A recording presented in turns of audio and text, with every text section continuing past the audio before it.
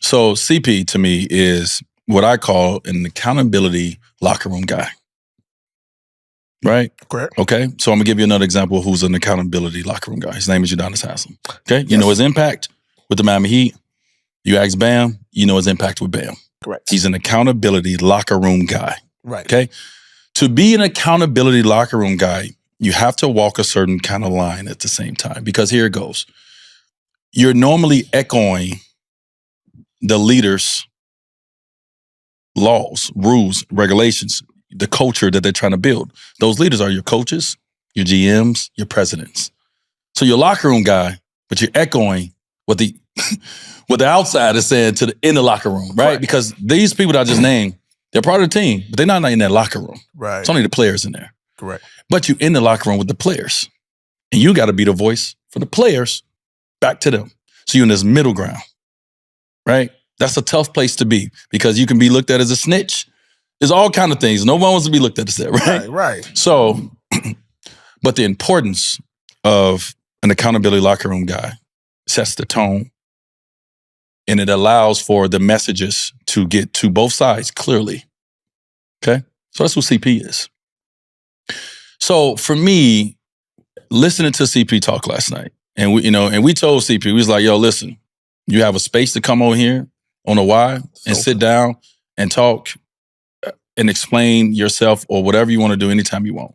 But also, we shooting tomorrow, we going to talk about this shit regardless. You just so happen to be our dude, and we together tonight. And so we were able to listen to his, what he spoke about. But the thing that I got from it is, we all know who CP is, first of all. Facts. Right? If you see him if you know him, anything about CP, you know he's a guy who's going to hold people accountable to a certain standard.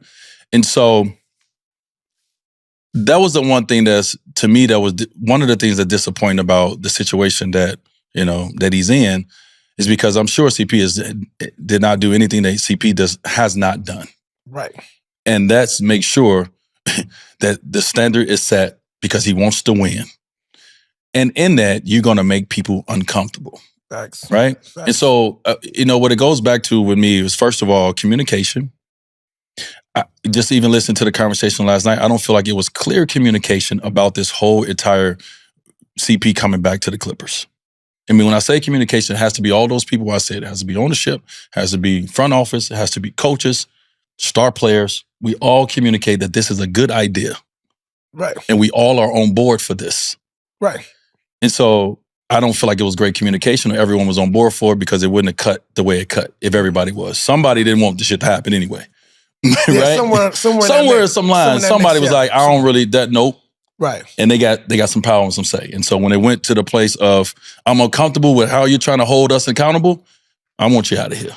Whoever that is. Right. And so you can make people uncomfortable with how you hold them accountable. I am so uncomfortable when I get held accountable at times. When my wife hold me accountable, it ain't comfortable. Right.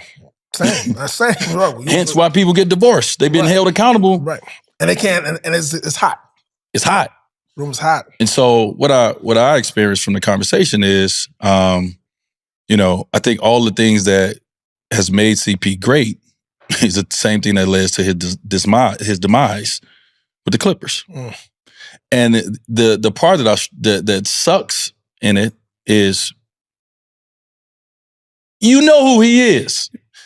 He's actually the person who came and changed the franchise around. Did it? Yep.